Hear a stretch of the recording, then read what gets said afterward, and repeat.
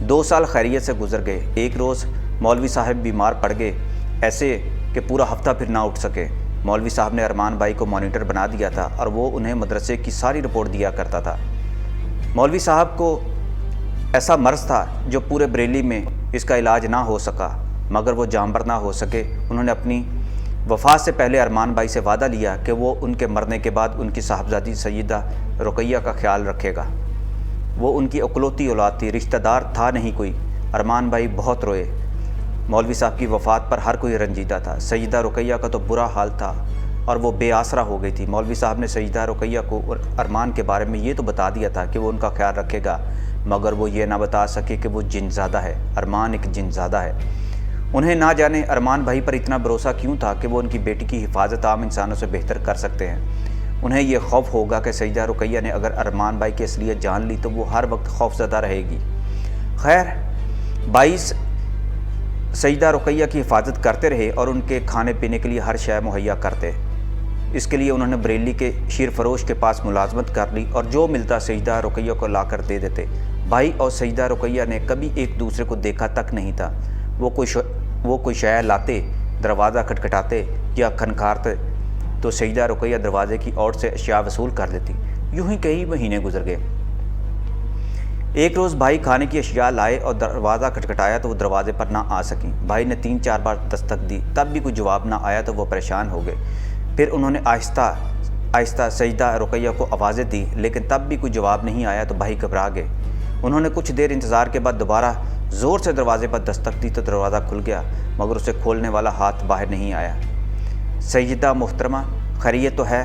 بھائی نے مخاطب کیا، مگر اندر سے پھر کوئی آواز سنائی نہ دی تو ان کی پریشانی 1000 گنا بڑھ گئی۔ اب ان کے پاس اندر داخل ہونے کے سوا کوئی چارہ بھی نہیں تھا۔ وہ شرماتے ہوئے اندر گئے اور سیدہ رقیہ کو آوازیں بھی دیتے رہے۔ مولوی صاحب کا گھر تھا ہی کتنا بڑا، 2 کمرے، 1 ڈیوڑی، 1 رسوئی گھر اور 5-6 گز کا صحن۔ بھائی سیدہ رقیہ کے کمرے میں پہنچے تو دیکھا وہ بستر پر بے ہوش پڑی ہیں۔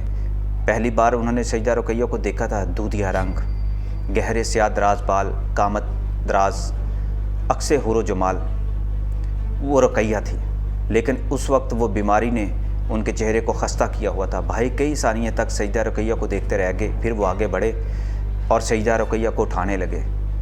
پانی سے چھینٹے مارے پھر بھی ہوش نہیں آیا تو بھائی نے آخر کر اپنی دنیا میں واپس جا کر جنات کے طبیب خاص سے دعا لی اور پھر واپس آنے لگے تو میرے والدین نے انہیں پکڑ لیا۔ میری والدہ بھائی ارمان سے بڑی محبت کرتی تھی۔ 2 برس بعد اپنے بھائی کو دیکھا، ہم ان سے لپٹ گئے، مگر بھائی کی واپسی جلدی تھی۔ والدہ اور والد نے ان کی تعلیم کے بارے میں دریافت کیا اور پھر ان کی شادی کا ذکر چھیڑ دیا۔ والد نے کہا کہ اب وہ زیادہ انتظار نہیں کر سکتے، اگلے سال تک اپنی تعلیم مکمل کر لو تاکہ تمہاری شادی کر دی جائے۔ اپنی شادی کا ذکر سن کر بھائی کے چہرے پر اکتاہٹ کے آثار نمودار ہو گئے۔ ہم تو نہیں سمجھتے تھے کہ انہیں اپنی شادی کا ذکر پسند کیوں نہیں آیا۔ انہوں نے نہایت تابعداری کے ساتھ کہا کہ وہ فی الحال شادی نہیں کرنا چاہتے کیونکہ ابھی وہ بہت زیادہ دینی تعلیم حاصل کرنا چاہتے ہیں۔ بھائی جان کے معلم بننے کی خواہش بہت تھی، اس لیے وہ اپنی تعلیم پر توجہ دیتے تھے۔ میرے والد تو ان پڑھ جنات میں سے تھے، انہیں شوق تو تھا کہ ان کا صاحبزادہ جنات کا معلم اعلیٰ بن جائے، مگر اپنی جلالی اور افتاد طبع کی وجہ سے وہ فیصلے اپنی خواہش کے مطابق کرتے رہے۔ انہوں نے صاف صاف کہہ دیا کہ وہ 1 سال کا مزید انتظار نہیں کریں گے، شادی اگلے مہینے کو ہوگی۔ بھائی کی شادی ہر صورت اگلے مہینے کو ہوگی۔ جو بھی سنتا حیران ہو جاتا۔ بھائی کی شادی جو صبور ہے نا، اس کے قبیلے میں ہی ہو رہی تھی۔ والد کے ساتھ ان کا کاروباری تعلق تھا۔ صبور کا قبیلہ بڑا سخت گیر ہے، عزت اور غیرت کے نام پر ہر وقت ان میں لڑائیاں ہوتی ہیں۔ جنات کی عقلوں پر قہر و غضب کا غلبہ زیادہ رہتا ہے، اور پھر ایسے جنات جن کے رسم و رواج اندھے ہوں، ان کے قہر و غضب کا کوئی اندازہ نہیں لگایا جا سکتا۔ خیر، بھائی کسی طرح واپس آئے اور سیدہ رقیہ کو دوائی پلا کے ہوش میں لانے کی کوشش کی، اور جب اس نے آنکھیں کھول کر ارد گرد کا جائزہ لیا اور بھائی پر نظر پڑی تو پہلے وہ شرم سے گھبرا گئی اور دوپٹہ تلاش کرنے لگیں۔ ان کی گھبراہٹ سے پریشان ہو کر بھائی باہر نکلنے لگے تو وہ لرزتی ہوئی آواز میں بولی، آپ کون ہیں؟ بھائی بولے، میں ارمان قطبی ہوں۔ انہوں نے دروازے کی طرف اپنا رخ کیے رکھا۔ میں معافی چاہتا ہوں سیدہ، اصل وجہ یہ ہے کہ میں کب سے دروازے پر کھڑا دستک دے رہا تھا، دروازہ بھی کھلا ہوا تھا۔ جب آپ دروازے پر نہیں آئیں تو وسوسے مجھے گھیرنے لگے۔ میں نے اندر آ کے دیکھا تو آپ بے ہوش پڑی تھی۔ اگر آپ کی طبیعت خراب تھی تو آپ مجھے پیغام بھجوا دیتی۔ میں معافی چاہتی ہوں۔ اصل میں مجھے خود معلوم نہیں ہو سکا کہ اچانک طبیعت خراب کیوں ہوئی اور چکر آنے سے میں بے ہوش ہو گئی تھی۔ سیدہ رقیہ شرم سے دہری ہوئی جا رہی تھی۔ میں مجبوری کے عالم میں اندر آیا ہوں سیدہ، آپ جیسی پردہ پوش کے لیے تو یہ بات ناگوار ہوگی، خود میں بھی شرمندگی محسوس کر رہا ہوں۔ آپ کا قصور کیسا؟ آپ تو فرشتہ بن کر آئے ہیں، میں اکیلی گھر میں لاچاروں کی طرح پڑی رہتی ہوں۔ اگر خدا نخواستہ مجھے کچھ ہو جاتا تو کس سے کہتی؟ یہ آپ کی عنایت ہے مجھ پر کہ آپ آئے اور مجھے ہوش آ گیا۔ سیدہ رقیہ چارپائی سے اٹھ کر ارمان بھائی کے پاس آ گئی۔ آپ سے میرا پردہ اب کیسا؟ آپ تو میرے کفیل ہیں۔ میں نے آج تک کسی غیر مرد کو نہیں دیکھا اور نہ ہی کسی غیر مرد نے مجھے دیکھا تھا۔ میں نے عہد کیا تھا کہ اگر مجھے کسی غیر مرد نے دیکھ لیا تو میں اس سے نکاح کی خواہش کر دوں گی۔ ارمان قطبی سے صاحب، میرے والد تو آپ سے بہت زیادہ متاثر تھے، آپ نے میرے والد کی بہت خدمت کی۔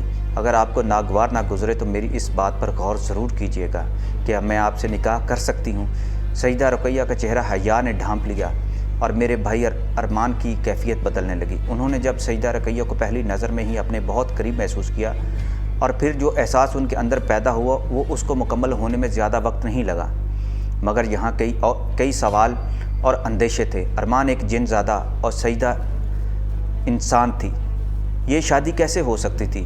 اگرچہ جن اور انسانوں میں شادیوں کا رواج روایات کی صورت میں تو ملتا تھا، مگر خود ایک مثال بننے جا رہا تھا یہ۔ ارمان بھائی سیدہ رقیہ سے شادی کے خواہشمند تھے، مگر یہ ملن ناممکنات میں سے تھا۔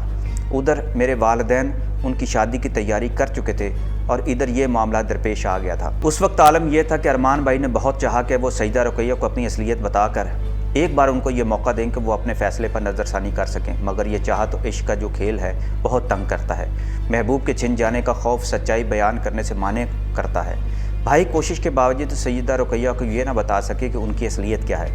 بالآخر نتیجہ یہ نکلا کہ بھائی نے سیدہ رقیہ سے شادی کا فیصلہ کر لیا۔ اس سے وہ اپنے دوسرے معلمین کو بھی آگاہ کرنے پہنچ گئے۔ رمضان المبارک کی 27ویں کو نکاح اور رخصتی قرار پائی۔ بدقسمتی سے جس روز بھائی کا نکاح تھا اور وہ نکاح کے لیے تیار بیٹھے تھے، میرے والد مدرسے میں آ گئے۔ یہی وہ دن تھا جو میرے والد نے بھائی کی اپنے دوست کی بیٹی کے ساتھ شادی کے لیے مقرر کر رکھا تھا۔ بھائی کو یہ علم نہیں تھا۔ والد نے جب یہ دیکھا کہ ارمان دولہا بنا بیٹھا ہے تو وہ طیش میں آ گئے اور انہوں نے آؤ دیکھا نہ تاؤ دیکھا، بھائی کو مسند سے اٹھایا اور زمین پر پٹک دیا۔ گلاب کے ہار جو ان کے گلے میں تھے پتوں میں بکھر گئے۔ پورے اجتماع پر خوف طاری ہو گیا، کیونکہ والد صاحب نے اپنے اصلی روپ میں خفی رہتے ہوئے بھائی پر غصہ ظاہر کیا تھا۔ لوگ حیران تھے کہ ارمان میاں کو یکدم کیا ہوا ہے۔ انہیں ہوا میں اچھلتے اور پھر زمین پر گرتے سبھی نے دیکھ لیا تھا، اور سب نے یہ بھی دیکھا کہ جب ارمان بھائی زمین پر سر کے بل گرے اور دوسرے لمحے اٹھ پڑے تو خون کا ایک قطرہ بھی ان کے ناک منہ سے نہیں بہا تھا۔ ان کی آنکھیں سرخ تھیں اور وہ اپنے والد کو دیکھ کر چلائے تھے، ابا جان یہاں کیوں آئے ہیں؟ جواباً والد صاحب بولے تو مدرسے کے در و دیوار تک ہل گئے۔ انہوں نے بھائی کو لان تان کی اور صاف صاف کہہ دیا، تم ایک جن زادے ہو کر انسانوں میں شادی کر رہے ہو، تمہیں معلوم ہے ہماری رسوم اس کی اجازت نہیں دیتی، اور پھر میرے خاندان میں تو یہ ممکن ہی نہیں ہے۔ لوگوں نے یہ سنا تو سب سر پر پاؤں رکھ کر بھاگ اٹھے۔ ارمان بھائی نے بہت کوشش کی کہ ابا جان کا غصہ ٹھنڈا ہو جائے، مگر اب کوئی فائدہ نہیں تھا۔ جس نے یہ سنا وہ خوف کے مارے بھاگ گیا۔ سیدہ رقیہ کو یہ معلوم ہوا کہ ارمان قطبی دراصل ایک جن زادہ ہے تو وہ غم کی شدت سے ایسی بے ہوش ہوئیں کہ وہ پھر دوبارہ اس دنیا میں نہ آ سکیں۔ ارمان بھائی کو ان کی موت کا علم ہو گیا اور پھر وہ ایسے تڑپے اور جلال میں آئے کہ ان کی شرافت اور نرمی کے قصے سنانے والے بھی حیران ہو جاتے ہیں، لیکن وہ اکیلے تھے۔ والد صاحب نے انہیں باغی قرار دے دیا، اور پھر میرے بھائی نے جب ان کی کسی بھی قسم کی بات کو ماننے سے انکار کر دیا تو والد نے اپنے دوسرے قبیلے کے ساتھ مل کر میرے بھائی ارمان قطبی کو ختم کر دیا، قتل کر دیا۔